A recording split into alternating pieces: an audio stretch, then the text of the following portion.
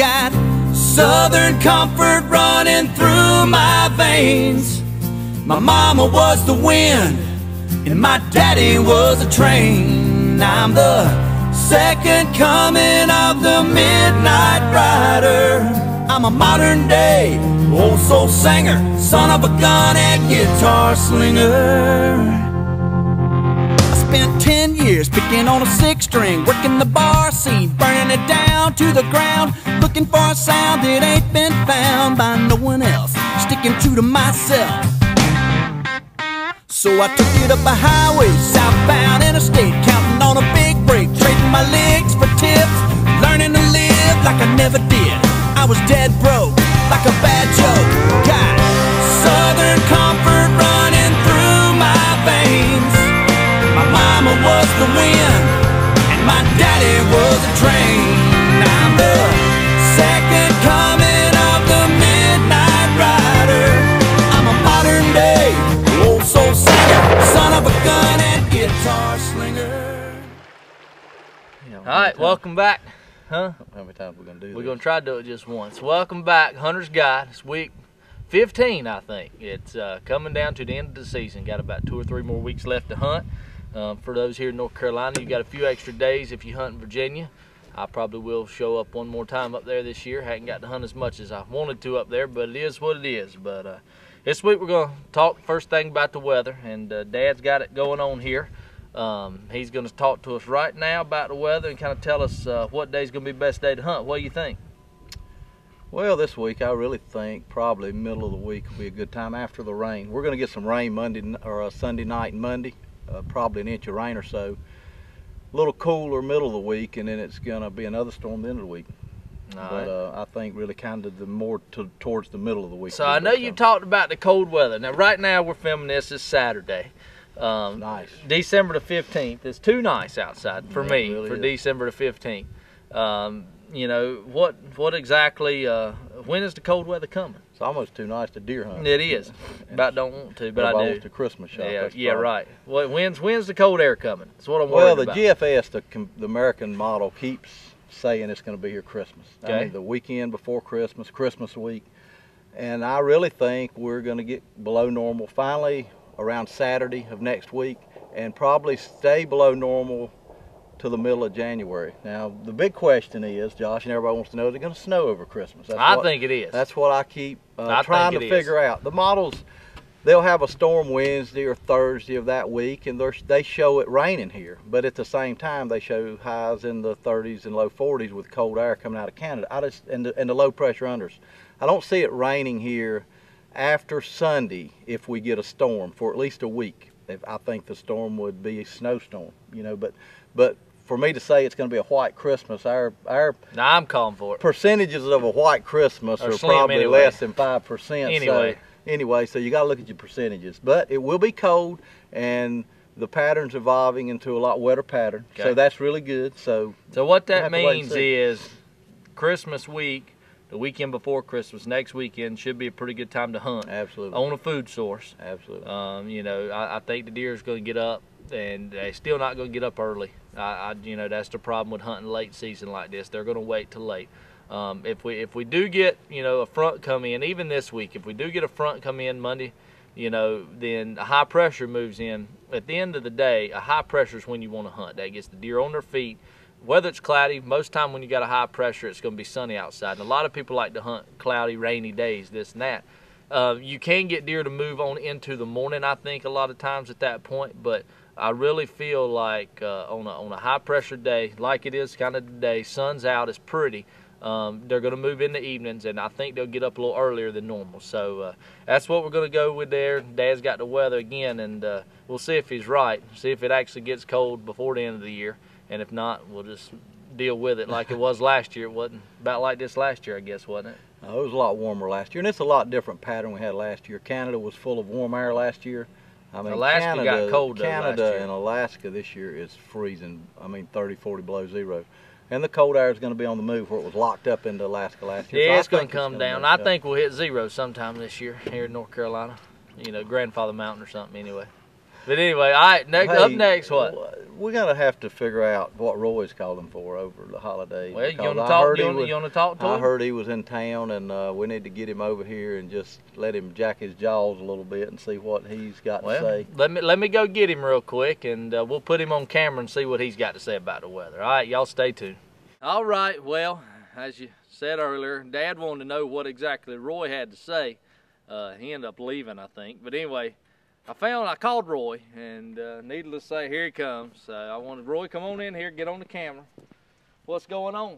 How you been? Well, I've been doing pretty good. What exactly you got there? Why are you carrying a deer stand? I found a stand. You found it? I found it in the woods. Where at in the woods? It's a little track of land I've been hunting some. That's not your stand. You just found the stand in the woods, track of land you've been hunting. It ain't got nobody's name on it. Okay. And it was on the bottom of the tree. Do you have permission to hunt on that land? I ain't got permission to hunt on nowhere. No land. Yeah. But you know, they don't know nobody bother me about that. I think they don't know what to say. Nobody say nothing to you? They see me. They do? Yeah, they see me. They let me hunt. They let you hunt? They don't bother you? I don't get it. I can't talk people into letting me hunt for nothing. It's not posted? No. Okay. So what you're telling me is if I just went hunting in your backyard, it'd be all right. That ain't got no posted sign. That'd be all right with you? Okay. Only Charlene agrees. I don't care. Okay, I got you. Charlene, the boss lady. She's the one. The boss lady. All right. Well. Where's Joey? Joey went Christmas shopping. Can you believe it? He's whipped, ain't he? Worst weatherman. I swear. Worst weatherman? I ain't never. He ain't killed a deer. He ain't killed a deer. No. He said it was gonna rain or snow last Wednesday. It was cloudy and cold. I give him that. It was cold, but it didn't even no rain or snow. What's wrong with him? He just is losing it. He's losing. And if he'd look at the old West Virginia Almanac. Yeah. If he'd look at them acorns, if he would look at the squirrel's nest. Yeah, squirrel's nest high in a tree. Yeah. Bad winter. Okay. Are they low high? in the tree, warm winter. Well, right there's a squirrel's nest. It's dead in the top of that tree, ain't it? It's high. Sure enough. So it's gonna be cold. It's gonna get cold sooner or later. But Joey, he says it's gonna get cold. He says it's gonna get cold. It says warm. It ain't got cold yet. So I really think Christmas. So But you think he could hit it at Christmas? But it's just he's sooner or later he's got to hit it, though, right? He's listening to me. He's listening to you. I got it. You told him and told him. That's it. So, okay. Well, so tell me a little more. How many deer you killed this year? Oh, I got to have some meat. You got some meat? Okay. I've had to pick a few up beside the road. But some roadkill meat. Charlene. She cutting them up for you? She has been down in her back. Oh, has she? Down in her neck. In her neck and her back? I've had to help around the house, cut wood. Ooh, how's that going for you? It's been a tough year hunting. I want to tell you that. Now I spent some time in the woods. I've seen a few nubbies. But seen some nubbies? You want a slicky? I ain't gonna shoot no nubby. I will shoot a 3. Yeah. And I will shoot a slicky, but I ain't shooting no nubby. I understand. Because I'm waiting for them to be a 3. Okay. Yeah, because next year they're more likely to have more points. I got you. So and bigger, and they're bigger. Twice size deer. If you waited one more year, they get bigger. You could have killed snakes. You waiting for a 3. All right. Well, tell me a little more about how long you in for Christmas. Now listen to me. We are having a gun shoot. Yeah. We're gonna shoot about 150, 200 yard shot. We're not sure how long the shot. One shot. If you win, you get a Boston butt. If you the closest one to the center, you get a Boston butt. Now let me tell you the kicker though. It's got to be more than a 22 caliber rifle. So you can't bring your 22, you can't bring your 204. You can bring your muzzleloader if you want to shoot it. You can bring your 30-30. I know you love that 30-30. Huh? Is that what you're going to bring? I'm telling you, Josh, it is dead on. Okay. 150. 150 is dead on. I'm going to knock the bullseye out of the target. And I'm going to win me a Boston butt for Christmas. I'm going to get me a Boston butt. Well, I'll tell you what we'll do is I'll have you back on the program. Just put my name on. I'll have you back on the program next Saturday, next Sunday, when y'all come back here. And I'm going to videotape a little bit at this shoot here. And we're just going to see how good you do. I'll tell you. So. It's going to amaze some people. Now, I got one question for you. I thought about this the other day. I've seen a ground blind on the side of the highway the other day. Was that you? I mean, now look, I've seen a lot of deer roadkill get hit and this and that, but are you actually hunting on the side of the highway? Have you ever seen, you've seen these deer crossing signs? Yeah. I tell you what, them things work. They work. Oh, is that right? I have set up at deer crossing signs. Okay. And I have seen more deer. Roy's tip. So if you got a deer crossing sign close to your property, you hunt close to it. Roy's tip. There is something about them deer crossing signs that draws them deer. Well, I don't know if they can understand it. They might. Maybe they know where to cross. It's unbelievable. Okay. I sat right on the right of way. Yeah, I noticed. I mean, you had your ground blind pitched right there on the right of way. The problem is I can't sit there all night, and so many of them cross at night. I just can't. My spotlight runs out of battery power. Yeah, I understand. So I had to use car headlights, and you start trying to shoot them with the car headlights, and they come up and down the road, and it's hard to do. This gets tough. So, but I figured that might have been you out there. But I suggest you might all go put this deer stand back. That's a nice stand. Do you know how to use one of them things? That's a climbing stand, Roy. I could probably figure it out. Okay. Well, Joey can't. Joey's scared of them things. I'm talking about he gets 10 feet up and he starts getting all tore up. His belly starts getting messed up and everything. He's scared of it. He can't get more than 10 feet up at him. He won't get up in the morning to go. No, he won't get up in the morning. He's getting lazy. He's getting lazy. He is old. I don't know what's wrong. All right, well. He needs to be encouraged. He needs to be encouraged. You're right. Encouraged a lot. So, all right, well, that's all we got with Roy here. Again, we're going to bring him back next week after this gun shoot and see if he wins his Boston butt or not. So y'all stay tuned with that.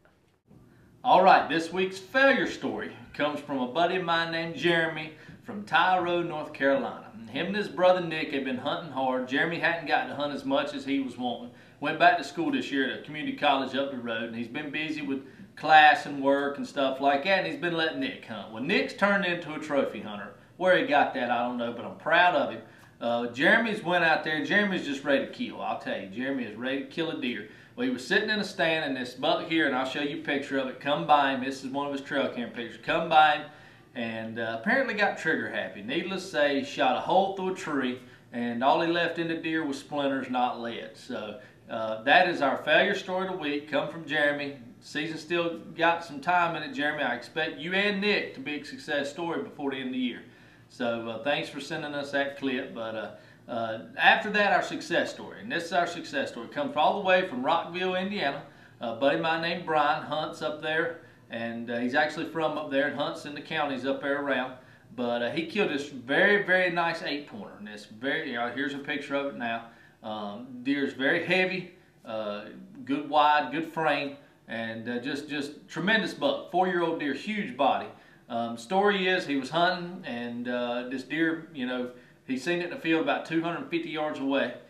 Broke daylight, and it was out there with the doe or whatnot. He hit his grunt call, and the deer come in on a string. He said his heart started pounding, and he got excited, but he ended up making the shot with a muzzleloader.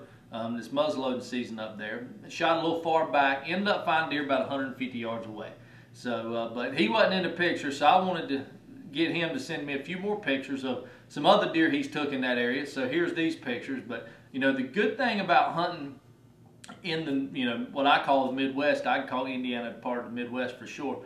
Ohio, Indiana, Illinois, Iowa, Missouri, get to hunt in them places is more land for one, of course, but there's more big deer. And the reason there's more big deer has nothing to do as much act of where they're at as it is to they get age on them.